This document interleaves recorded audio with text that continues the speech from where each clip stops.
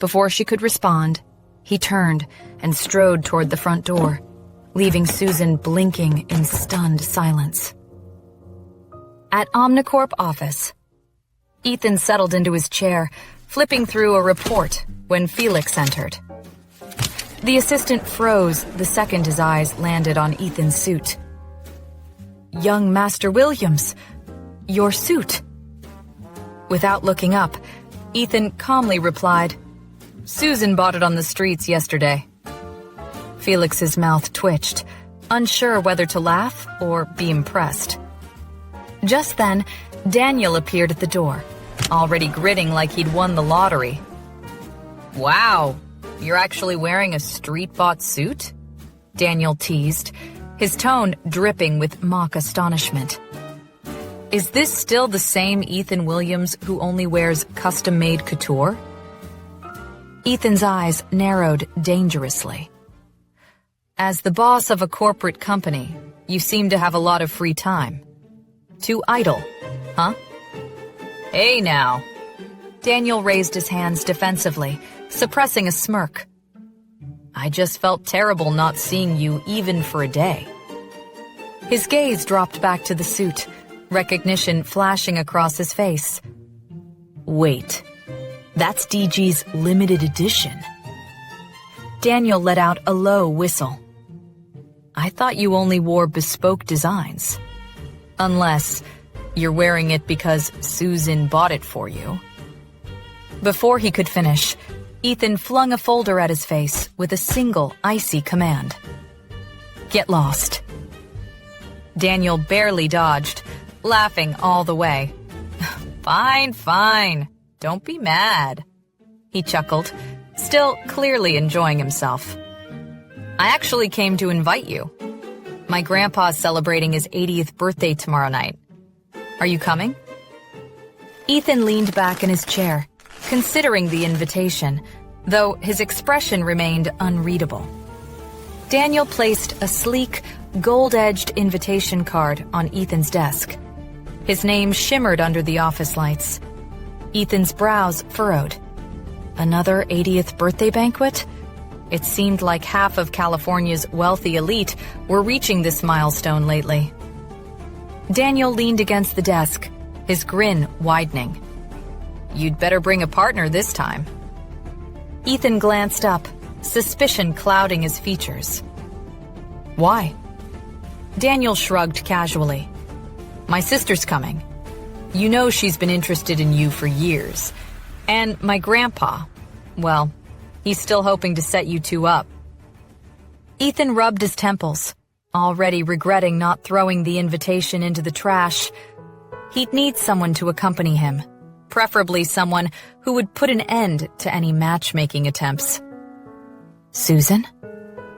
Susan rested her chin on her palm, contemplating her next move.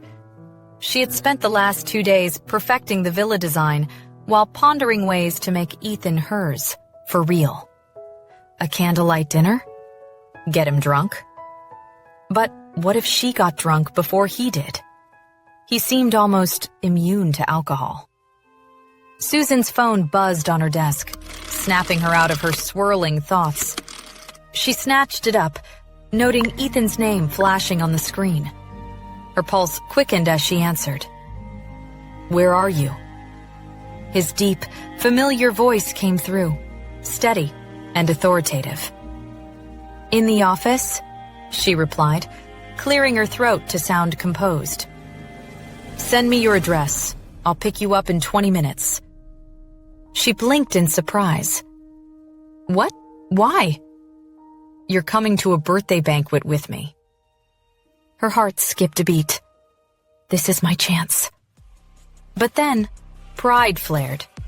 She crossed her arms, injecting a note of defiance into her voice. "You won't come to my grandma's birthday, so why should I accompany you this time?" His tone remained indifferent, almost bored. "If you're not willing, I'll find someone else." Her breath hitched. Someone else? Before she could think it through, she blurted out, I'm coming. Feeling the need to reclaim some dignity, she adopted her best flirtatious tone. In the arena of love, the first person to fall loses. I'm doomed, completely taken by you. How brilliant you are. She cringed the moment the words left her mouth, but quickly grabbed her coffee, sipping it triumphantly. That should leave him speechless. A loaded silence followed. Then, my phone is connected to the car's Bluetooth, and Daniel is sitting beside me. Splat. Coffee sprayed from her mouth, splattering her computer screen. Her eyes widened in horror. Daniel's voice rang out, far too amused. Not bad, sister-in-law. I didn't know you could flirt like that. No wonder, Ethan. I'm coming, she shrieked, cutting him off before hanging up in mortification. Slumping over her desk, she groaned. Why does this keep happening to me? Outside Susan's office, 20 minutes later, Susan dragged herself downstairs, still cringing internally. Just as she reached the building entrance, her phone rang again. It was Helen. Helen asked, "How did it go? Did you manage to, push things further with your husband last night?" Susan sighed dramatically. No, but he did ask me to accompany him to a birthday banquet tonight. This could be my chance. Perfect, Helen exclaimed. Get him drunk, seduce him, and make it a night to remember. Susan let out another sigh. Helen, I've never seen Ethan get drunk. He's always so controlled. Then make him lose control. Helen's voice turned mischievous. He's already halfway there if he invited you. As the familiar sleek black car pulled up to the curb, Susan squared her shoulders and muttered, Tonight, it's game on. Birthday banquet? Helen was momentarily stunned. Is it Daniel's grandpa's 80th birthday? I want to come along too. I think so. Ethan is going to have fun with Daniel. That'll be great. I'll get some people to drink with Ethan and try to get him drunk. If that doesn't work, I'll take some drugs. Haha.